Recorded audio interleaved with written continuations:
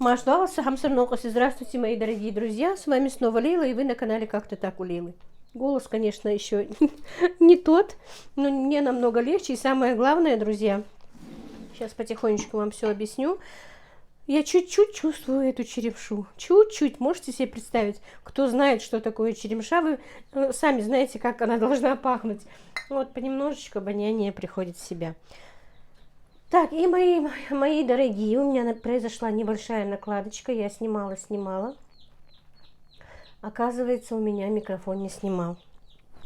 И не записывал звук. Поэтому, так, пищат мои цыпляшки. Поэтому мне теперь нужно по новой записывать. Хотела с вами пообщаться, пока накладывала в баночки. Ну, что произошло? Что? Ну, что такое? Это выводок. Смотрите, сейчас вам расскажу. Раз уж они начали пищать, покажу вам их. Вот у меня новые жильцы. Смотрите на моих красавиц. Машалла. Как их показать-то лучше? Вот они мои. Помните, я вам говорила, что у меня квочка сидит? Вчера Джабраил заходит, он-то не знал, что она у меня лежит, а я-то знаю. Мам, говорит, у тебя там цыпленок пищит где-то в сарае. Я говорю, да ты что? Я вроде бы записала день, ну и забыла про нее совсем. Я говорю, уже пора, наверное, было выводить. Он говорит, а ты что, знала, говорит, что? Я говорю, конечно, знала, что. Я же не такая плохая хозяйка, что не знаю, что у меня квочка лежит. И это самое. Короче говоря, побежали, посмотрели. Один цыпленок. Этот цыпленок вчера мы его берегли, он под мамой не сидел. В итоге вечером 8 штук было. Занесли их домой, целый день берегли, чтобы кошки их не стащили. Ну, что пищите, на теплом полу сидят. А сегодня утром зашла, мои хорошие, посмотреть, что с ними. Ну, короче, этих 8 штук вчерашних я занесла. Сейчас, может быть, здесь им потеплее будет. А 3 яйца лежало под ними. 3 яйца оставила. Утром зашла посмотреть. Все 3 цыпленка вывелись. Короче, она только 2 яйца испортила. Остальные всех вывела. Ну, я их оставила, эти 3. Не стала их у нее забирать, потому что они были еще влажные. И представляете себе, у меня что радость с ними и огорчение одновременно. Пошла сейчас посмотреть, что с ними, с остальными. Высохли, не высохли. Одного кошка, наверное, все-таки стянула. Потому что у меня же целый двор приходящих котов, всегда живущих котов, чужих и своих, которые, конечно, повадятся на этих цыплят. Ну, вот одного не досчитались сегодня. Вот так вот. Так, и вот. Дело в том, что, тут, знаете, теперь я буду... Вот какая работа блогерская. Не буду знать, или я сейчас говорила, или раньше говорила. Вот когда вот какая-то накладка вот так вот происходит, бывает сложно. Уже не знаешь, ты сейчас во время этой съемки говорил, или ты раньше говорил об этом. Дело в том, что... Ну, сейчас потихонечку вспомню. Вчера, помните, да? Ну, ролик еще не вышел. Ролик будет вечером только. Вчера я в последнем ролике вот как раз снимаю, что я перекручиваю эту черемшу. Я ее посолила, но ее нужно было попробовать. А у меня была уроза. Я не могла пробовать. Я вам сказала, что я после разговления попробую и закатаю в баночки. Переложу в баночки и в этом плане. И вы знаете, друзья, после того, как вечером ты открываешь пост, разговляешься, тело расслабляется, конечно, ничего делать не хочется. Я еще показывала 2 фарша, что вот сегодня, наверное, тефтели сделаю. Ничего я не сделала вчера. Я просто поела, мы всей семьей собрались, посидели. И вы знаете, друзья, вот сейчас вот всей семьей сказала и вспомнила, вот до месяца Рамадан мы как-то вот последние вот эти вот месяцы, ну, мама еще болела, потом мамы не стало. И вот как-то у нас так получалось, что мы всей семьей как-то и не собирались. Ну и последнее время тоже так же. Вот. Иногда Ибрагим, о, я не хочу, или он перекусит, а старший сын работает, до 6 у него работа, после 6 он, ну, допоздна подрабатывает на такси. И тоже его с нами не бывает. И практически мы тут вдвоем или втроем иногда, в основном бываем, да. А раньше мы всегда вот все как-то вот дружной семьей, все собирались, ели, поэтому как... И вот месяц Рамадан мы все вместе. Ну, несколько дней мальчики, конечно, мальчиков не было, дома их приглашали. А так вот собираешься, и вот вчера мы все сидим, я говорю, как приятно, да, вот сидим, общаемся, каждый рассказывает там о чем-то, какие-то планы мы строим. И действительно, как хорошо. Может быть, кому-то не нравится, что мы часто упоминаем о месяце Рамадане, о посте, о уразе, но настолько этот месяц все-таки, друзья, для мусульман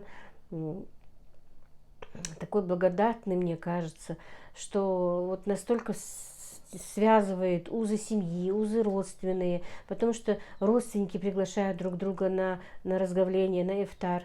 Вот сегодня мы, кстати, приглашены тоже племянникам мужа на ифтар, у них будет зикр, и петушок вас приветствует. Так, по-моему, я не знаю, сказала, не сказала, утро не раннее, сейчас уже около 10 часов, я вчера себе позволила уже поспать. Сегодня. Короче, вчера я после сухура не легла, а сегодня после сухура, после утреннего приема пищи, я все-таки легла обратно и только вот около 8 часов встала. Было где-то 8 часов только. Ну, замолчи, ну чего спешишь? Чуть-чуть подожди. Я вас отдам мамке своей, только надо коробку мне, чтобы с магазина Ибрагим принес. Коробки нету, их посадить большой. Вот так вот. И поэтому вот действительно приглашают гостей. Сами в гости мы ходим. Потом именно, хотя и в такие дни без Рамадана, конечно, садаку даем, но в этот месяц хочется больше и отдать и малоимущим, и родным, и близким, и угостить. Поэтому все-таки этот месяц действительно священный, этот месяц действительно настолько благодатный, настолько... Ну вот просто нет слов даже, вот настолько пользы от этого месяца, хоть многие думают, вот, голодают, страдают, нет никакого, может быть, даже, пускай мы голодаем, пускай чувство голода, это должно быть по-любому чувствоваться, чувство голода, чтобы очиститься от всего плохого, чтобы наши по-любому и как бы грехи наши и такие как бы осознанные и неосознанные наши грехи, чтобы вымолить у Всевышнего и постом, и садакой, и молитвой, и намазами. Все равно это всего в год один раз только происходит, поэтому все-таки это нужно. Это нужно. Я ничего не сделала, поэтому сегодня решила с вами поговорить и докончить свою работу. И вот так вот потихонечку будем с вами общаться. Мне очень понравилось с вами общаться, как я уже, не знаю, наверное, говорила, не говорила в этом ролике. Вот видите, вот все-таки снимать вот так вот сложно. Вот общалась, разговаривала, и на тебе нет звука. Ну-ка, прекратите все. Что такое?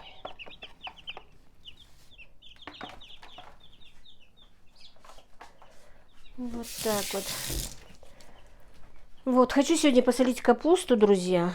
Обязательно надо посолить капусту. В этом году не солила ее. Один раз, получается, сейчас второй раз. Один раз 2 вилка посолила. И вот никак руки не доходили. А мне очень нравится. Именно вот не уксусом, а просто вот такая вот типа ферментированная, можно сказать, капуста. Без уксуса, просто с солью. Хочу сделать, потому что мне очень нравится борщ из кислой капусты. Ну, я не знаю, может быть, это не борщом называется, может быть, щи как-то, да? Ну, мы его борщом звали всегда. Мама всегда готовила борщ из кислой капусты. Я обожаю. Мне для себя надо приготовить. Мои не любят из кислой капусты. Я просто себе немножко обязательно приготовлю. И хочу еще приготовить... У меня уточка еще с зимы в морозилке. Я очень люблю тоже блюдо штрудли немецкие, которые готовила моя мама. Очень вкусно готовила. У меня они все равно получаются не так вкусно, как у мамы. Мои мальчики всегда просили маму каждую... Мы обычно готовим всегда ее зимой, конечно, это блюдо зимнее. Они всегда просили маму готовить зимой это блюдо, и мама всегда готовила, и они у нее получались безумно вкусными. Именно вот нам нравилось с уточки. Хотя из любого мяса же можно. Ну и туда тоже нужна квашеная капуста. Вот поэтому, может быть, у меня есть, по-моему, на канале, как я готовила штрудли. Ну, еще раз с вами приготовим. Может быть, поснимаю и приготовим. Поэтому вот, почистила капусту, занесла. Будем капусту еще сегодня квасить. И, как я сказала, мы сегодня приглашены. Готовить мне ничего не надо. Но если бы даже и не были приглашены, у меня остался вчерашний плов. Поэтому вчера не стала снимать, пока как-то уже и азан прозвучал, пошла молиться, потом мы быстро накрыли на стол и уже не стала снимать. Вкусный получился, я его сделала не так, как обычно, немножко по-другому. Но я не чувствую никакого запаха и не могу понять никакого вкуса еды, ничего.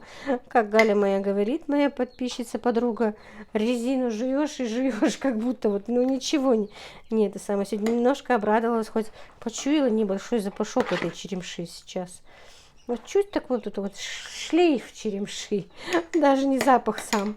Можете себе представить, она должна сильно пахнуть. Вот так вот. Ну, вот теперь поставим в холодильник, и надо будет как-нибудь отправить, потому что она очень много мест будет занимать в холодильнике. Надо будет ее отправить. А без холодильника она пропадет. Это не дело. Так.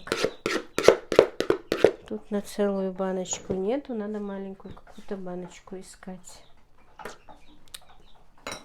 Так.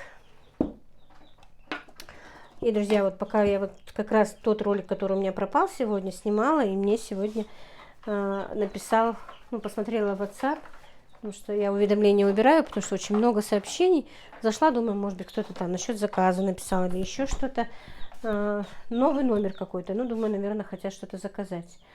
А это просто благодарность моей подписчице. Так, хочу баночку найти. Ну-ка, прекратите пищать. Так, скорее всего, нет, я пустые банки отношу в кладовку. Так, ну ладно, придется отключиться. Ну ладно, мысль доскажу, а то забуду опять.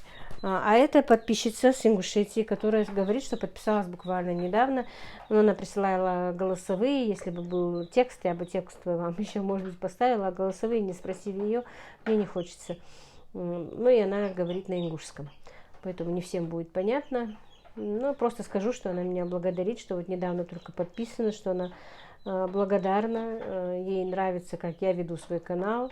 Ей нравится, как я как бы и на ингушском, и на русском, и что у меня очень хорошо получается. Мне это, конечно, очень льстит, мне очень понравилось. Любому человеку, конечно, нравится, когда какое-то дело, которое ты делаешь, в действительности, и, во-первых, дело, которое ты делаешь с душой, люди понимают. Поэтому огромное-огромное вам всем спасибо. Ну, вы мне даете сегодня снимать, не даете вы мне снимать. Что с вами? Мамке сейчас вас отдам. Я вам всем действительно благодарна, друзья. Нет, они не дадут снять. Их надо мамке отдать. Так, ну как маленьких детей. Их успокоила и принесла себе маленькую баночку. Так, ну и что? Еще раз хочу вам всем сказать огромное спасибо за вашу поддержку, за ваше понимание. Спасибо вам всем. Я вам благодарна безмерно. Действительно, у меня сейчас вот, не знаю, почему-то вот последнее время, если я повторюсь, извините, потому что я вам уже объяснила, что какая накладка получилась, и я уже не знаю, вот эти слова тоже я говорила. В последнее время просто какое-то желание выходить с вами на связи и общаться. Вы мне очень помогаете, мне помогает общение, мне помогает вот именно то, что не лезут разные мысли, что я чем-то занята, что я снимаю, что я с вами общаюсь, что-то показываю, что-то делаю. И получается, я и для себя как-то делаю благо, да, и для вас тоже. Поэтому пусть наше общение будет нам всем только в благо. Огромное-огромное вам спасибо. И я, по-моему, несколько скриншотов делала с комментариев. Сейчас. Это вообще не скриншотила, вот как Фатима пишет. Лела, вы столько пережили, алхамдулиллах, что есть свой дом, машина, пусть старая, но своя, дети живы-здоровы, у вас есть достаток, дай Аллах всем здоровья. Это я когда перед этим роликом говорила, в этом ролике говорила, что насчет того, что, был у меня комментарий, в котором было сказано, что у вас ничего не изменилось, что машина старая, что, короче говоря, вы выживаете, что вам дети не помогают, не знаю. С одной стороны, она вроде бы их как бы хорошая подписчица, с другой стороны, что она хотела сказать, я не знаю. Алхамдулиллах, как говорит моя подписчица, я не считаю, что я выживаю. А на данный момент я показываю, как я живу. Вот что у меня сейчас есть, что у меня есть, что у меня получается, как у меня получается. Никаких, если получится, если будет, значит, хорошая машина. А пока пусть будет такая, хоть такая, но она и есть. И она нам помогает. Сын ездит на работу на ней. Если бы ее не было, ему приходилось бы, наверное, на такси ездить. А так он в селе работает, может поехать на обед, приехать, уехать, поехать что-то купить. Запросто. Это машина второго сына. У старшего есть тоже, но тоже практически тоже старенькая машина, но машина. Он тоже ездит себе на работу на машине, потом таксует, подрабатывает. Такая жизнь у нас. Не все живут богато, действительно. Хотя мне какие-то комментаторы писали, вот вы все там в Чечне, в Ингушетии живете богато, вы воруете, вы то, вы сё. Я не знаю, мы никогда в жизни мы и не воровали, и ничего плохого не делали. Живем по своим достаткам, как можем. Дети мои, не было такого, чтобы мне никогда не помогали. Всегда мы зарабатывали вместе, все вместе. И когда девочки были, еще замуж не вышли, и мальчики, как остались без отца, мы все зарабатывали. Поэтому я не знаю. И вы знаете, друзья, действительно, может быть, каких-то серьезных продвижений у меня нет, да, вы это видите, что глобальных там строек, перестроек, чего-то у нас не получается пока. Но самое главное у нас получилось, я это уже озвучила в прошлом году, мы рассчитались с долгом. Это для меня просто, я не знаю что. Алхамдулиллах, мы никому не должны. Это самое главное. Кто был должен или кто на данный момент должен, он меня поймет. Если вы кому-то не должны, если у вас нет в тюрьме кого-то, это у нас всегда такая поговорка, если нет прикованного к постели больного, то остальное это ничего. Алхамдулиллах, потери хоть у нас и есть, но это, что поделать, это тоже воля Всевышнего, так должно быть.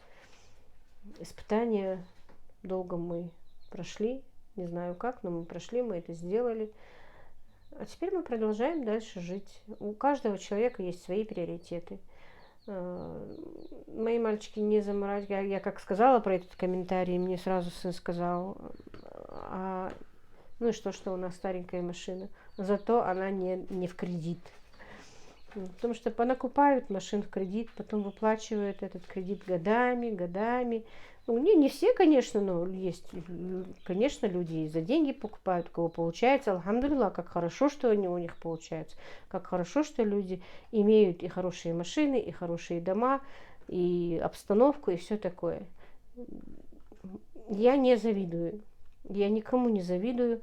Если у меня будет, это хорошо. А нету, я согласна с тем, что у меня сейчас есть. У нас мы живем в своем доме, квартиру не снимаем, хоть какие-никакие машины есть, кушать есть, работать умеем, работаем, зарабатываем, не жалуемся, ни у кого ничего не просим. Алхамдулиллах. пускай Всевышний не отнимет то, что у нас есть. Я лично, мы, вся семья благодарны Всевышнему за то, что у нас есть. За то, что мы живы, что мы можем это сделать, мы можем это заработать. А уже как-то, может быть, это было раньше, во-первых. Во-вторых, у моих мальчиков никогда не было в приоритете вот разорваться и купить хорошую машину, хорошую дорогую одежду или еще что-то. Никогда у них этого не было. Мы жили всегда по средствам. Вот что на данный момент нам позволяет наши средства, вот это у нас есть. А чтобы входить вот в долги, у нас это долг, вы знаете, что, в принципе, ну, не знаете, не знаете, но так получилось. Не из-за нас, не из-за того, что там мы что-то купили или еще что-то, просто так получилось. Поэтому в долг ничего так, чтобы, ну, не бывает, конечно, надо бывает и в долг что-то взять, купить, но это уже небольшие долги, которые ты не расплатишься там до 20 тысяч, до 30 тысяч, там небольшие вот рассрочки какие-то, да, в котелку сейчас вот многие играют, в котел что-то покупать. Это уже как-то вот недолгосрочное, быстрое, не в любое время ты можешь с этим расплатиться. А так вот самое лучшее вот то, что вот ты никому не обязан, ты никому не должен. Вот это хоть у нас есть уже. Действительно, мне многие в личку писали, что вот когда прослушали тот ролик, о котором я говорила, что мы вот все рассчитались с этим долгом. И все многие писали, нам было стыдно вас спросить, нам было неудобно вас спросить, как у вас дела обстоят с этим долгом. И писали, что счастливы, что мы с этим расплатились. Огромное вам спасибо. Действительно, это огромное счастье, никому не быть должным. Поэтому, если на данный момент у кого-то вот такие вот неприятности с большим долгом, я вам желаю, чтобы вы расплатились с этим долгом, достойно справились с этим. Ничего, оказывается, какой-то конец всегда бывает. Для меня это было, конечно, очень сложно, особенно первый год. Это было очень сложно. Первый год, в принципе, первый месяц, так это вообще было очень страшно. Но не будем о таком сегодня, да? Все хорошо. Вот так вот.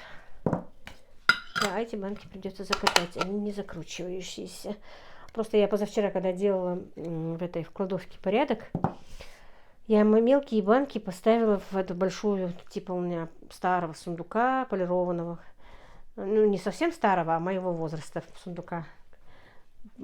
Полированной мебель, когда тогда начали у нас их делать. Туда положила все маленькие, а мешки с большими банками поставила на этот сундук. Теперь не захотелось просто эти мешки вытаскивать, стаскивать. Поэтому ладно, закатаю. Даже, в принципе, по-моему, закатать и лучше, чтобы запах у него не выходил. Скорее всего, и да, надо было, наверное, и эти не в закатывающиеся, а в такие закатать. Ну, а когда в Москву буду отправлять, наверное, я их все-таки из банок выну и вакууматором закрою. Так, ну ладно, сейчас я закатаю банки, потом подключусь снова. Так, мои дорогие, как вы видите, у меня тут уже... Ну, не буду приближать, наверное. Манты сейчас быстро... Мне надо отправить заказ, поэтому немножко... Это вчера я делала манты, я говорила в ролике, но не показывала. Это уже, видите, квадратные манты. Такие вот. Из квадратиков, которые делаются. Вот. Так, сейчас быстро запакуем с вами и отправим.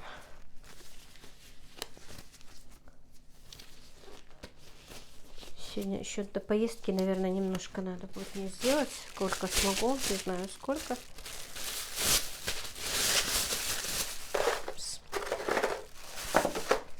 Так.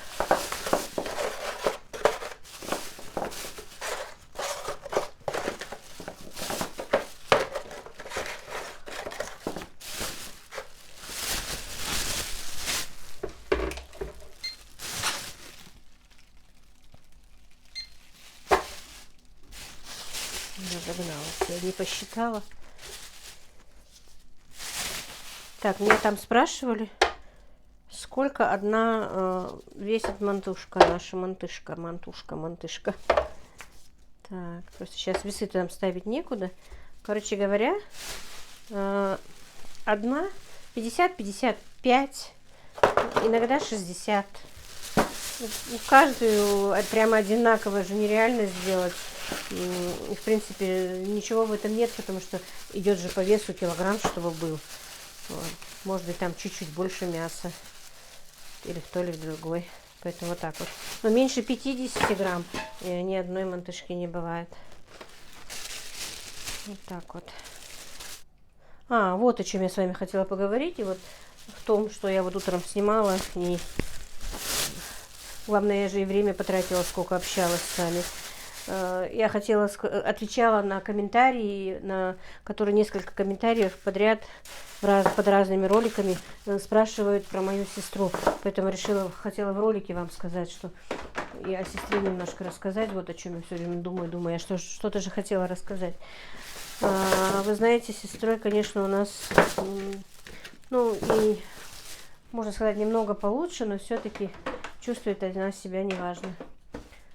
И сестре уже делают диализ, друзья.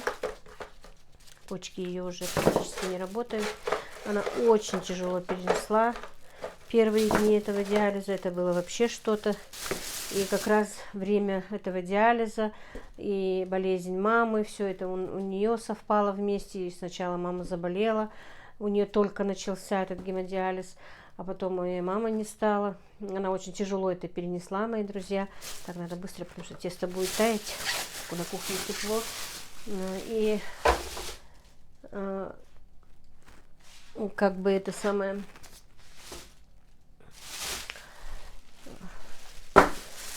Вот, когда вот 3 дня после похорон, последний на 3-й день, ей было вообще очень плохо. И вот когда я приехала домой уже после похорон дома, похороны были же не у меня, может быть, не все знают. Похороны были во дворе моего брата, которого тоже с нами нет, но получается у моих племянников со снохой. Вот. И после того, как я приехала домой на 3-й, на 4-й, на 5-й день, и когда звонил телефон, и вот на третью ночь ей вообще было очень плохо. Когда звонил телефон, а телефон не был у меня, где-то лежал, я боялась даже подойти к нему, что вдруг скажут, что и сестре хуже. Но ей как-то было намного лучше стало потихонечку, алхамдулилlah. Она стала себя потихоньку лучше чувствовать. У нее были очень большие отеки спали, и у нее были очень сильные боли после того, как начали ноги сужаться, кожа сужаться, все вот эти вот проблемы. У нее жутко болели ноги, она плакала даже, обезболивали ей. И потихоньку, буквально дней за 10 дней до сегодняшнего дня, вроде бы она шла на поправку, у нее было все хорошо. И потом вдруг у нее случился тоже микроинсульт, друзья. Но, алхамдулилла, у нее ничего не задето, просто на какое-то незначительное время она потеряла речь и не чувствовала свои руки. Сделали ей, срочно вызвали скорую, поехали не в скорую, говорят. Я не была, потому что это было вот буквально за сколько, дней 6-7, наверное, вот до этого. Я сильно простужена с насморком, а она очень слаба, и простуженные к ней даже с маской я боюсь туда поехать, потому что все равно они будут говорить, чтобы и поели, и посидели, поэтому я боюсь ее простудить, как бы заразить, не просто простудить-то, я не простужу ее, но я ее заражу, скорее всего, поэтому жду, пока не вылечусь. Но вроде бы я общаюсь, ей получше, намного лучше. Вот у нее подскочило 270 давление. Поэтому вот как-то так, друзья, сестра борется с болезнью вовсю. Алхамдулилла, Всевышний ей поможет, мы будем надеяться. И, наверное, я, скорее всего, может быть, даже попрошу вас всех, помолитесь за нее, попросите у Всевышнего исцеления или облегчения хотя бы ее болезни. Потому что действительно она сейчас немножко страдает, можно сказать. Но это тоже испытание, которое она должна пройти, мы должны пройти. И надеюсь, это испытание мы пройдем, и ей станет лучше. Делали асхушан, шейвашти адуали, саищин, марема, нам душае дарб дехлыш. Я слышал Сахалчин. Это я попросила на родном, чтобы за нее помолились. Дальше Мархову Дулшин. Дал меня долду ашдежда ибадет. Ашдя дуаж, ашдя ламзаж, аш молдят шаман воздел. Дал жоплотшан.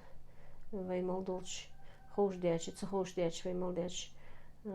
Потому что гештолдвид. Вот такие вот дела, друзья. Конечно, очень бы хотелось, чтобы ей стало лучше. На гемодиализ с утра ходит, ей нужно ходить. Первое время ее каждый день даже брали на гемодиализ. Сейчас ходит через день.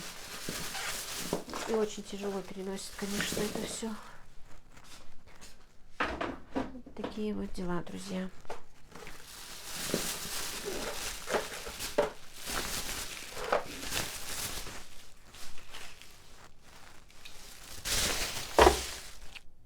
Так, ну вот, 9 килограмм я запаковала. 1, 2, 3, 4, 5, 6, 7, 8, 9.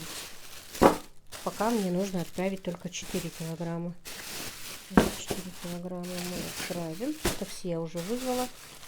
Заказ приняли уже. Будет через 20 минут даже только. Но сегодня пятница. Поэтому, наверное, так. Вот так вот. Я просто откладываю. Некоторые не так сильно у меня прихватились. Более лучше замерзшие. Так, ну вот. И голубцы я собрала. Теперь положу в морозилку. Это, как я сказала, и на экстренный случай, если мне нужно будет. И если вдруг будет заказ на продажу, тоже запасом. И теперь займемся мы капустой. Здесь я его не смогу перемешать, поэтому я им немножко поделю. Переложу сюда, чтобы было легче мешать ее. Морковку в капусте я тоже не люблю, чтобы было ее много. Кладу так вот понемножечку только, чтобы немножко придать такой цвет, яркость, да? Так, не, я, наверное, знаете, как сделаю? Вот так вот. Мешать буду в этом большом тазу. Оставлю. Все, теперь хватит. Это пока отставлю. Так. Теперь добавим морковку. Тоже я шинковала по-корейски, такую длинненькую. Мне так больше нравится. Сейчас я просто посмотрю, сколько ее будет. Я очень люблю пирожки с капустой в духовке. И мальчики тоже. И квашеную капусту у меня мальчики тоже очень хорошо едят. Хотя мне сейчас, наверное, ее и нельзя. Но я все равно понемножечку буду есть. В меру можно все. Просто надо было эту меру еще давным-давно устанавливать. Просто я не буду ее делать очень остренькую. Я же говорю, что у меня соление, вообще все в семье мы едим очень острое, любим острое. Я сама очень люблю острое. Я раньше даже солила именно острый перец, так его ела просто с хлебом, ну, с каким-то блюдом, в прикуску. Обожала острое. Но сейчас не ем. Все, мне больше не надо морковки, вот видите? Ее мало, но мне ее хватает. Вот я не хочу больше, чтобы было больше.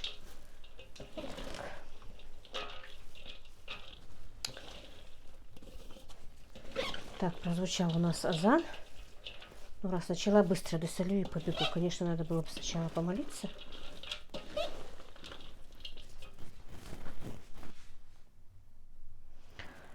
Так, ну пока раз перемешиваю, сразу же соль добавлю, просто я ее взвешу. Посмотрите, сколько уйдет у меня, чтобы вам написать.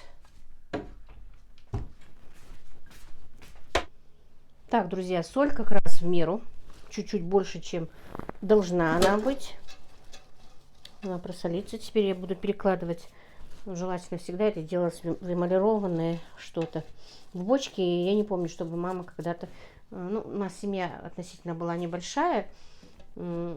сколько я уже себя помню, да, с 12 лет, мне было 12 лет, когда вышла моя сестра замуж, потом старший брат тоже учился, его практически не было дома в университете, он учился, в институте он учился, поэтому, в принципе, я брат и мама с папой у нас были. Нам хватало, ну, не в ведрах, потому что капусту уже солили, в принципе, почти на всю зиму, получается, да, но в таких вот больших эмалированных кастрюлях мама солила, 1-2 кастрюли. А иногда и в ведрах. А в последнее время, да, или в ведре, или в маленькой эмалированной кастрюльке, потому что уже как-то в холодильник ставить ее делали. Так, у меня, к сожалению, нет этой деревянной толкушкой. Мы обычно вот так вот уминали ее.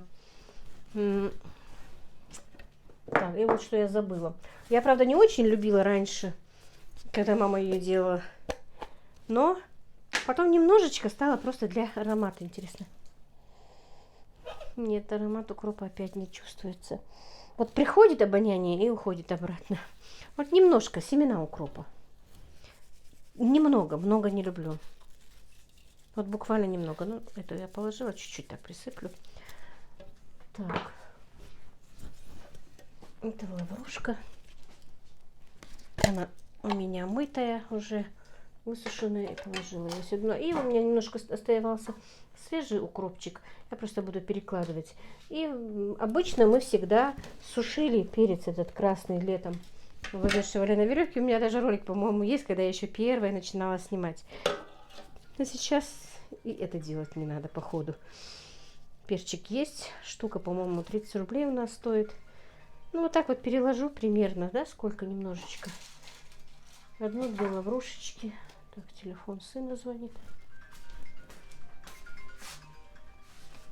Без номера. Поднимать не буду. И вот так вот немножко умнем. Ну и вот так вот все слоями, больше не буду вас затягивать. Вот, потом положу вот так вот веточку укропа, просто пусть будет аромат, да, вот так вот. Вот так. Ну вот, теперь я ее просто поставлю туда на стул, и она у нас будет стоять, ну, чтобы нормально ферментировалась, дня 2, наверное, надо. Но тут в кухне тепло, скорее всего. Она у меня простоит до завтрашнего вечера, больше не буду ее держать, потому что я слишком кислую капусту тоже не люблю. И уже поставлю, что в холодильник поставлю, а что уже заморожу, скорее всего. А может быть, ту, что которая будет замораживаться, я даже оставлю еще на 1 день. Пускай немножко кисленько будет. Она-то так не прокиснет быстро. В холодильнике она уже будет потихонечку. Так что вот так вот. Ну что, мои дорогие, на этом я сегодняшний свой влог закончу. Всех благ вам, мира и благоденствия. Мне было очень приятно с вами. Я общалась, я как будто бы, знаете, действительно все вы, как будто бы вот за этой камерой у меня такое представление, что я с вами общаюсь. И как-то на душе становится легче. Огромное-огромное вам спасибо. Благодаря тому, что я начала снимать постоянно ролики, у меня немножко, можно сказать, даже прошла именно депрессия. Мне кажется, вот на этом фоне, что отвлекаясь, что снимая, что вот я меньше задумываюсь о всех этих разных проблемах, которые окружают нашу жизнь. А вы себе не можете поверить, сколько этих проблем у меня, как проблем, неприятностей, разных таких вещей, которые, ну, не хочется даже озвучивать, потому что их очень много. Вещей, о которых нужно печалиться, о которых нужно думать. Я имею в виду, кроме ухода мамы даже. И уже вот если бы я не знаю, Всевышний, наверное, направляет все-таки всегда. Вот у меня когда-то что-то как-то такое ощущение, что вот именно в данный момент мне нужно, вот куда мне нужно, что мне нужно сделать, меня направляет Всевышний. На этот раз вот у меня такое ощущение, вот я вам хочу это передать, это состояние, это ощущение, вот именно каждый день общаться с вами, общаться, делиться. Простите, что не отвечаю на комментарии, я просто не успеваю это делать, но я читаю вас всех. Еще раз огромное вам спасибо, всех благ вам, мира и благоденствия всем, кто держит пост, и мусульманам, и христианам. Желаю, чтобы ваш пост был принят, чтобы все наши молитвы были приняты, чтобы был на земле мир и здоровье всем. Здоровье, здоровье, еще раз здоровье. Всех благ вам, друзья. Мяш Тахалч. Ну вот как-то так сегодня.